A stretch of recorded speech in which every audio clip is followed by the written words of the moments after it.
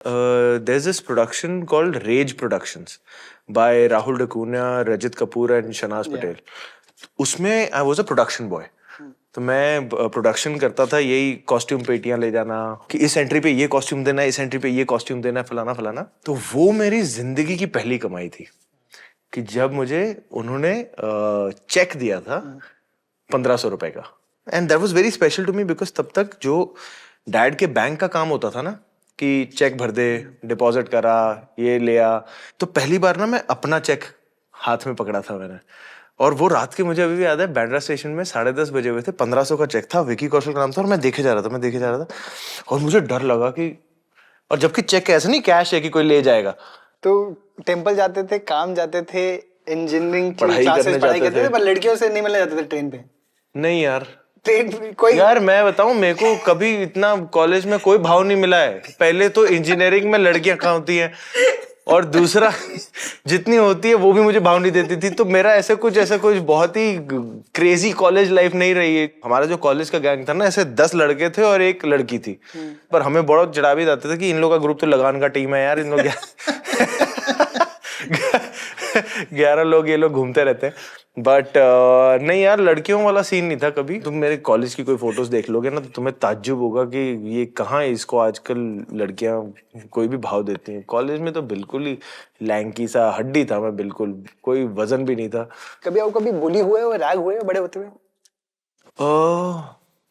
बुली या रैग नहीं, but I think मुझे ना अपना इन्फीरियोरिटी कॉम्प्लेक्स बहुत ज्यादा था. एंड आई थिंक मेरा कई बार वो शाइनेस और वो जो क्राउड से डर ना, मेरा वहां से आता था. Like I was always too thin and lanky. तो मुझे लगता था कि यार मैं किसी से लड़ नहीं सकता. 20-21 तो मेरी दाढ़ी भी नहीं आती थी. वही एज थी जब मैं डिसाइड कर रहा था पर एक्चुअली मुझे करना एक्टिंग है, मुझे स्टेज पे जाना है, मुझे क्योंकि परफॉर्म करना मुझे बहुत पसंद है. बट आई डिडंट नो कि एक्टर बन पाऊंगा. हीरो तो मैंने सोचा भी नहीं था कि हीरो का रोल या कुछ भी, मेरे को तो एक्टिंग करनी थी सिर्फ. तो ये सब इन्फीरियोरिटी कॉम्प्लेक्सेस मेरे बहुत थे कि मतलब मैं खुद को इतना डैमेज कर रहा था, बाहर वाला क्या ही बुली करेगा. घर पे तो जितना मैंने पढ़ा भी आपके बारे में, जितना मैंने सुना भी है कि अच्छा लविंग एनवायरनमेंट हुआ करता था. तो ये फिर कॉम्प्लेक्सेस क्यों थे? There's so much about be a man ना, that be macho. माचो के सरफेस लेवल परिभाषा क्या है यार? अच्छी सेहतमंद हो, दाढ़ी वाड़ी हो, बाल अच्छे हो, ये माचो हो गया है ना. तो वही तुम स्ट्रांग लगते हो. अगर तुम पतले दुबले हो और चिकना चेहरा हो और हड्डी जैसी ये हो, तो तुम कहाँ तुम मैचो वो होगा कि यार ये. सो वो बहुत बहुत ज्यादा होता था यार टीनेज में. तो बहुत ज्यादा होता था कि यार मुझे होता था कि मैं वजन बढ़ा लूं, यार मेरा वजन क्यों नहीं बढ़ता. So all of that used to play a lot in my mind. Was it friends around you जो बोलते थे ऐसा, या फिर Not at all.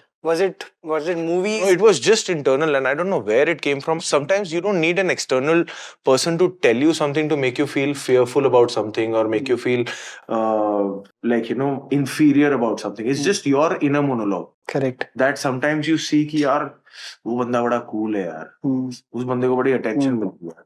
तब at that tender age you don't think in a deep way. And in fact today I'm in awe of teenagers who really are so aware. Yeah. And they really are so confident and they really dig deep.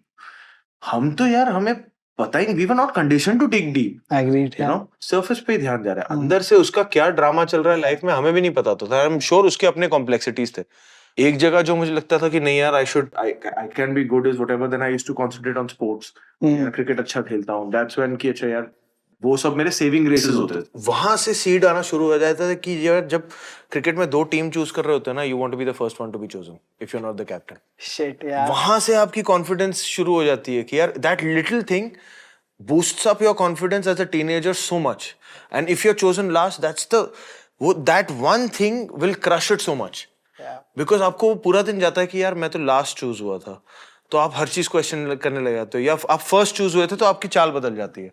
सो ये छोटी छोटी चीजें होती थी कि मुझे लगता था कि यार इन मामलों में मैं लैग करता हूँ, बट जब 2 टीमें बटेंगी ना, they'll choose me first. बस वो बहुत सही है. This balance that used to constantly be going on as a teenager, which you don't talk to anybody about. Because even if you talk to anybody about it, you'll be like weak. You'll be like, इसको क्या हो गया है? कैसी बातें कर रहा है? Yeah. नहीं विकी, बहुत अपने इम्पोर्टेंट बात बोली है यहाँ पर. I have always had growing up wait was a issue for me. People मुझे मतलब मैं नाम से बुलाते थे, मोटू बुलाते थे, मोटा बुलाते थे, एटसेट्रा एटसेट्रा. और मजाक उड़ाने मैंने फिर एक डिसाइड कर लिया यार, कोई मेरा मजाक उड़ाए ना उससे पहले मैं खुद ही मजाक उड़ाता हूँ, so that again to fit in. मैं चाहता नहीं था कि ना कॉन्वर्सेशन मेरे बारे में हो, क्योंकि मुझे ये भी लगता है कि जब लड़कों के बीच में ना कहीं प्यार पता कैसे दिखाते हैं, मजाक उड़ा के एक दूसरे का. वही एक तरीका होता है कि ना अरे मैं दोस्त कैसा है कि आज मजाक उड़ा लिया, इसकी खींच ली, इसकी ले ली, तब जाके ना वो इट्स अ थिंग. आपके आपके पापा के साथ आपका रिलेशनशिप क्या था? While growing up, it was me and Sunny used to be very scared. हाँ, हम बड़ा डरते थे because it was always like that mom was the good cop, he was the bad cop. So हमें मतलब mom की मार रोज पड़ जाती थी. वो डैड के मतलब वो भी डर लगता था कि जब मॉम बोलेंगी शाम को आने तो डैड को मैं बताती हूँ. साल में एक बार पड़ेगी उनसे, पर वो फिर याद रहेगा पूरी लाइफ लॉन्ग. अभी he is really like he is cool and chill, but तभी was very दिस थिंग कि हम बहुत बड़ा डरते थे खुलने से डैड के सामने. मॉम के सामने हमेशा खुल जाते थे. He is also been the atypical figure in the family who is tried to make us strong emotionally. Because he would openly tell us that I felt humiliated on set today and I came back and I cried to your mom. Wow. He would say that to us as when we were children, and mom would tell us this. Wow. That एक बार ऐसे हुआ था, फलाना हुआ था, और उनको किसी सीनियर ने बहुत डांट दिया था पूरे सेट के सामने when he was just a stuntman and he came back home and he cried. So this was never hidden from us, and he has cried in front of us. Wow. But also at the same time, he has always made sure that you grow up to be strong individuals. You'll know how to fight with things are not going to go in your favor all the time. Most times they are going to be against you. That's how life is. Both my mom and dad have never been कि यार बच्चा गिर गया तो ओले बुबू क्या हो गया, ये हो गया, वो हो गया. गिरा है, खुद उठेगा, खुद सीखेगा. हमने मिट्टी खाई हुई है यार, तो वो कभी उसमें रोक टोक नहीं थी. ये भी खा लिया, वो भी खा लिया. Not that it's good for the kids to have it, but it's just that there was this free pass to fail. But that didn't stop you from expressing yourself. Also थोड़ा flex करूँगा मैं यहाँ पर. विकी कौशल जब झप्पी देते हैं ना, मतलब it is one of the I think the warmest hug that I mean इतने warm hug ना मुझे लड़कों से नहीं मिलते. That's a very Punjabi thing, I guess. We don't know how to give a side hug. We attack you with hugs. We go like this. We take you in and then let you go. So I think that's one thing, and that's also one thing I would say it's come from mom and dad, because like I've heard people say कि it's very tough to say to your father I love you. मैं रोज बोलता हूँ. हमारा एक ritual है कि मैं सुबह उठ के the first thing I do is I touch their feet. And dad has like and it's a fun thing because he says that to now Katrina also, because she's the daughter they never had. So उनका एक बड़ा rap song है which I keep making fun like it's a family joke that he's giving his blessings. But that's the first Punjabi rap I heard ever, because he goes like जींदे रहो जवानियां मानो बीबे पुत मेरे पारी पुत मेरे सोने पुत मेरे बीबे पुत रब अकलां देवे बुद्धियां देवे. So he goes fully that, and it's so now deeply ingrained कि I would pick up the phone and I'll say Peri Bana Papa, and he'll be half asleep saying जींदे रहो जवानियां मानो बीबे. So first 2 minutes I'm just silent because this rap is coming of blessings of rap. So beat अच्छी है. The beat बहुत अच्छी है. Thanks for watching.